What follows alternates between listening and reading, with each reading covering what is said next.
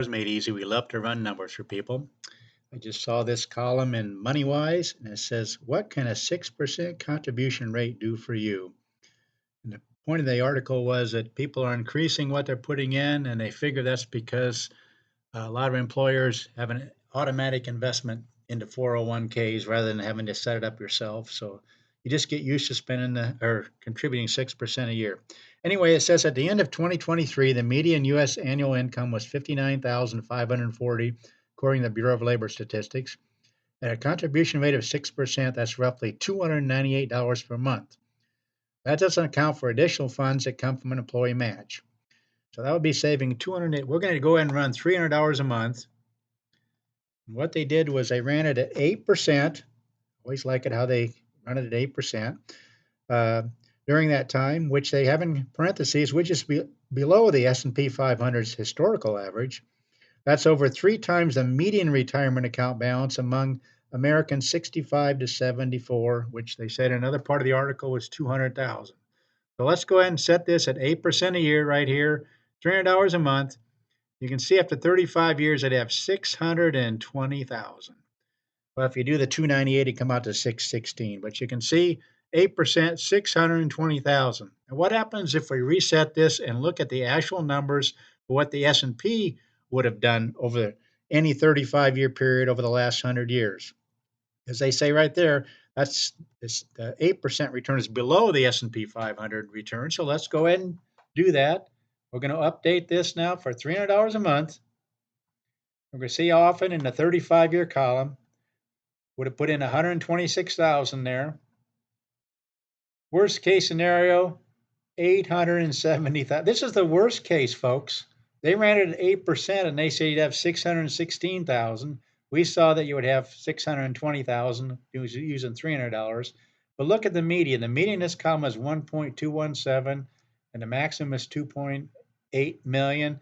In other words, they always running at 8%, but if you just look at the worst case scenario of the S&P 500 for a 35-year period, you have 870,000. So you're probably, most of the time, you're going to make it to $1 million. Let me just show you that. So if you just use the 8% average, you'd come up with 616,000. In this case, the median is 870, but look at the actual breakdown. 82% of the time, you'd have over $1 million. They recognize that the S&P 500 pays more than that, but they still run at 8%. Look at this, 48% of the time you'd have more than 1.25 million, and 39% of the time you'd have over 1.5 million.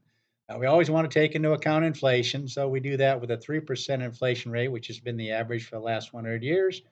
And you can see this median right here of 1.217 would have the buying power of $432,000. But they didn't take into account inflation, but I always like to do this in the channel. But I just thought that was interesting. They ran the numbers. They said the average person is starting to put in more and more. If they can just put in 6%. Now, if they do the employer match, look how this changes things. Employer match, say they match you 50% of that $300 a month. That'd be $150 a month. So a total of $450 a month. If you could put that in the S&P 500, look how that would change the numbers. Again, the whole point of the article is more and more people are putting more money into their 401ks, realizing they need to fund their retirement. Look at the numbers then. 1.305 million for the worst case scenario. Let's do a breakdown again. Now we see the numbers broken down. If the employer matches you 50% of that $300, which the total going in there would be $450 a month. Look at this. The last 100 years, you put in 189,000. And 82% of the time you get to 1.5 million, 44% of the time you get to 2 million, it's color coded in blue, and 27% color coded in gold, you'd reach $2.5 million. So much better than this 8% where you'd be reaching $930,000. If you did the $450 a month, you'd be $930,000. The worst case scenario in the S&P 500 would be 1.3 million. And the median would be basically twice what you'd have with the 8% rule. That just shows you the difference between 8% and the average for the S&P 500 is over 10% over a long period of time.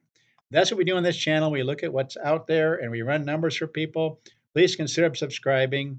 please share this channel with others. Let them know there's a channel out there that will run numbers for them. If you want me to run your numbers, just give me your beginning balance, your monthly contribution, and whether you want me to increase that each year, and we'll go ahead and run it. If we have at least 30 years, you're going to be see amazing numbers. In fact, in this case, we were looking at the 35-year column, and look at these numbers. Just putting $300 a month in, which is 6% of a salary, the average salary of somebody making, what was it, $59,800 a year, which Bureau of Labor Statistics said, and an employer matching 50% of that, you'd be putting in $450 a month. But that's what we do on this channel. We run numbers. Please subscribe, please share, please like, and thanks for watching.